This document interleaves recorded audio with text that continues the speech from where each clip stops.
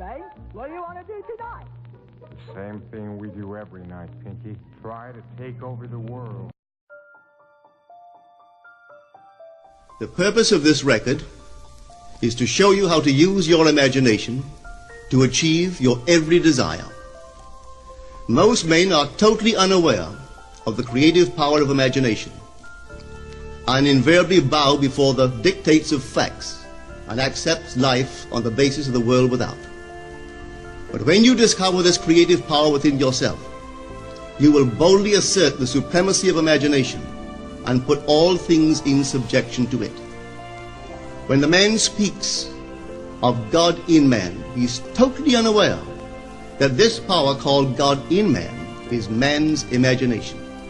This is the creative power in man. There is nothing under heaven that is not plastic as potter's clay to the touch of the shaping spirit of imagination. Once a man said to me, "You know, Neville, I love to listen to you talk about imagination. But as I do so, I invariably touch the chair with my fingers and push my feet into the rug just to keep my sense of the reality and the profundity of things." Well, undoubtedly he is still touching the chair with his fingers and pushing his feet into the rug. But now let me tell you another one who didn't touch with her fingers and didn't push that foot of hers onto the board of the streetcar. It's the story of a young girl, just turned 17. It was Christmas Eve, and she is sad of heart. For that year, she had lost her father in an accident, and she's returning home to what seemed to be an empty house. She was untrained to do anything, so got herself a job as a waitress. This night is quite late, Christmas Eve. It's raining.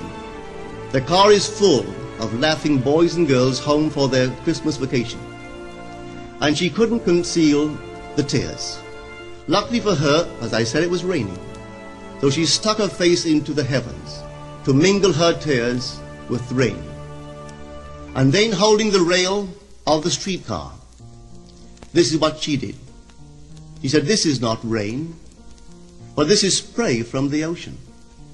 And this is not the salt of tears that I taste, but this is the salt of the sea in the wind. And this is not San Diego.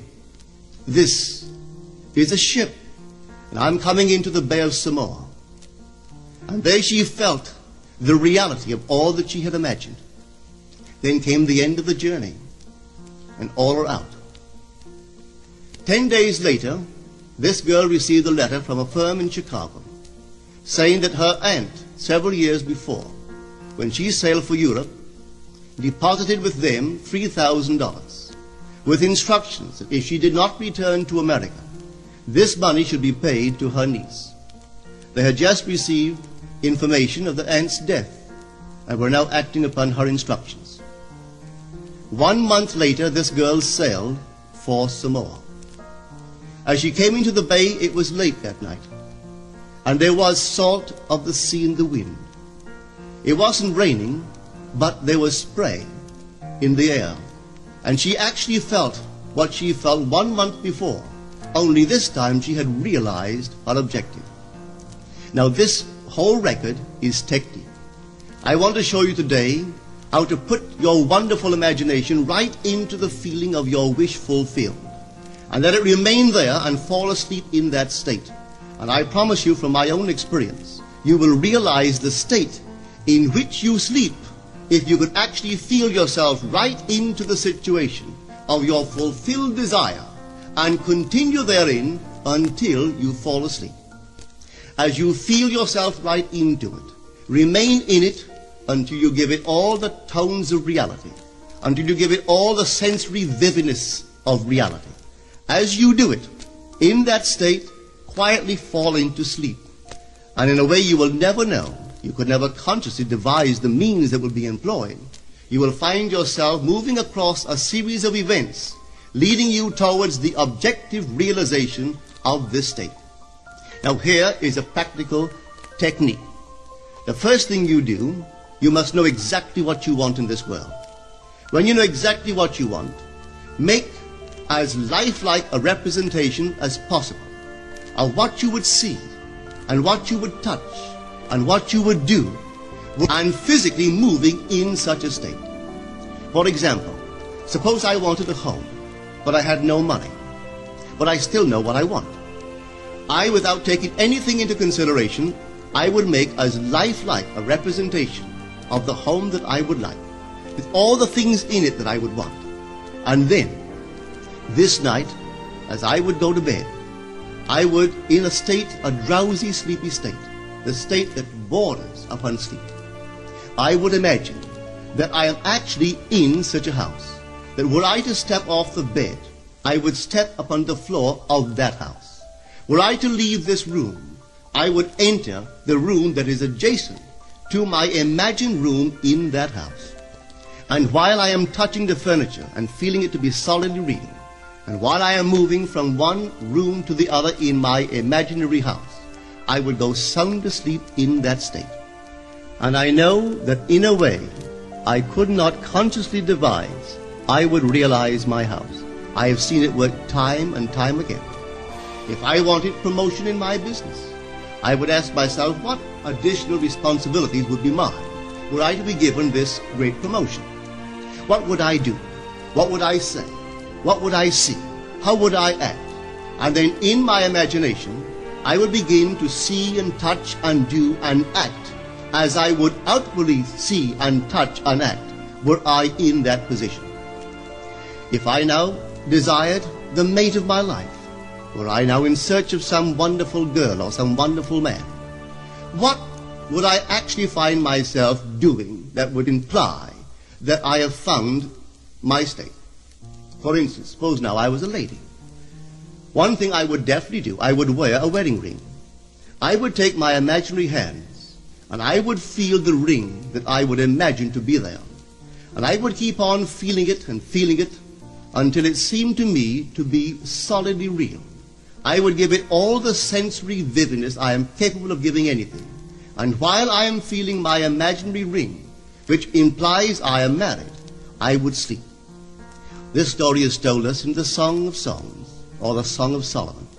It is said, "At night on my bed, I sought him whom my soul loveth. I found him whom my soul loveth, and I would not let him go until I brought him into my mother's house, right into the chamber of her that conceived me." If I would take that beautiful poem and put it into modern English, into practical language, it would be this. While sitting in my chair, I would feel myself right into the situation of my fulfilled desire. And having felt myself into that state, I would not let it go. I would keep that mood alive, and in that mood, I would sleep. That is, taking it right into my mother's chamber, into the chamber of her that conceived me. You know, people are totally unaware of this fantastic power of the imagination. But when man begins to discover this power within him, he never plays the part that he formerly played. He doesn't turn back and become just the reflective life.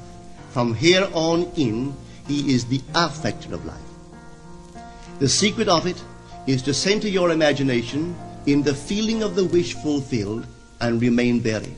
For in our capacity to live in the feeling of the wish fulfilled lies our capacity to live the more abundant life. Most of us are afraid to imagine ourselves as important and noble individuals, secure in our contribution to the world, just because at the very moment that we start our assumption, reason and our senses deny the truth of our assumption. We seem to be in the grip of an unconscious urge which makes us cling desperately to the world of familiar things and resist all that threatens to tear us away from our familiar and seemingly safe moorings. But I appeal to you to try it. If you try it, you will discover this great wisdom of the ancients, for they told it to us in their own strange, wonderful, symbolical form. But unfortunately, you and I misinterpreted their stories and took it for history when they intended it as instruction to simply achieve our every objective. You see, imagination puts us inwardly in touch with a world of states. These states are existent. They are present now. but they are mere possibilities while we think of them. But they become overpoweringly real when we think from them and dwell in them. You know, there's a wide difference between thinking of what you want in this world and thinking from what you want.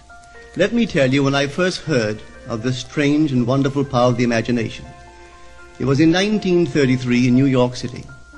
An old friend of mine taught it to me. He turned to the 14th of John, and this is what he read. In my Father's house are many mansions. If it were not so, I would have told you. I go to prepare a place for you. And if I go and prepare a place for you, I will come again and receive you unto myself, that where I am, there ye may be also. He explained to me that this central character of the Gospels was human imagination. That mansion was not a place in some heavenly house, but simply my desire.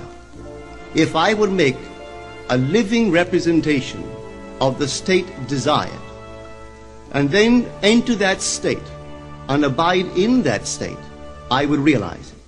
At the time, I wanted to make a trip to the island of Barbados in the West Indies, but I had no money. He explained to me that if I would that night, as I slept in New York City, assume that I was sleeping in my earthly father's house in Barbados, and go sound asleep in that state, that I would realize my trip. Well, I took him at his word and tried it. For 1 month, night after night, as I fell asleep, I assumed I was sleeping in my father's home in Barbados. At the end of my month, an invitation from my family came, inviting me to spend the winter in Barbados. I sailed for Barbados the early part of December of that year. From then on, I knew I had found this Savior in myself. The old man told me that it would never fail. Even after it happened, I could hardly believe that it would not have happened anyway. That's how strange this whole thing is. On reflection, it happens so naturally. You begin to feel or to tell yourself, well, it would have happened anyway. And you quickly recover from this wonderful experience of yours. It never failed me if I would give the mood, the imagined mood, sensory vividness. I could tell you unnumbered case histories to show you how it works. But in essence, it's simple. You simply know what you want. When you know what you want, you're thinking of it. That is not enough. You must now begin to think from it. Well, how could I think from it? I am sitting here, and I desire to be elsewhere. How could I, while sitting here physically, put myself in imagination at a point in space removed from this room and make that real to me? Quite easily. My imagination puts me in touch inwardly with that state. I imagine that I am actually where I desire to be. Now, can I tell that I am there? There is only one way to prove that I am there. For what a man sees when he describes his world is as he describes it relative to himself. So what the world looks like depends entirely upon where I stand when I make my observation. So if, as I describe my world, it is related to that point in space I imagine that I am occupying, then I must be there. I am not there physically, no, but I am there in my imagination. And my imagination is my real self. And where I go in imagination and make it real, there I shall go in the flesh also. When in that state I fall asleep, it is done. I have never seen it fail. So this is the simple technique on how to use your imagination to realize your every objective. Here is a very healthy and productive exercise for the imagination. Something that you should do daily. Daily relive the day as you wish you had lived it, revising the scenes to make them conform to your ideals. For instance, suppose the day's mail brought disappointing news. Revise the letter. Mentally rewrite it and make it conform to the news you wish you had received. Or suppose you didn't get the letter you wish you had received. Write yourself the letter and imagine that you received such a letter. Let me tell you a story that took place in New York not very long ago. In my audience sat this lady who had heard me numberless times. And I was telling the story of revision, that man not knowing the power of imagination, he goes to sleep at the end of his day, tired and exhausted, accepting as final all the events of the day. And I was trying to show that man should, at that moment, before he sleeps, he should rewrite the entire day and make it conform to the day he wished he had experienced. Here is the way a lady wisely used this law of revision. It appears that 2 years ago, she was ordered out of her daughter-in-law's home. For 2 years there was no correspondence. She had sent her grandson at least 24 presents in that interval, but not one was ever acknowledged. Having heard the story of revision, this is what she did. As she retired at night, she mentally constructed 2 letters. One she imagined coming from her grandson, and the other from her daughter-in-law. In these letters they expressed deep affection for, and wondered why she had not called to see them. This she did for 7 consecutive nights, holding in her imaginary hand the letter she imagined she had received, and reading these letters over and over until it aroused within her the satisfaction of having heard. Then she slept. On the 8th day, she received a letter from her daughter-in-law. On the inside there were 2 letters, one from her grandson and one from the daughter-in-law. They practically duplicated the imaginary letters that this grandmother had written to herself 8 days before. This art of revision can be used in any department of your life.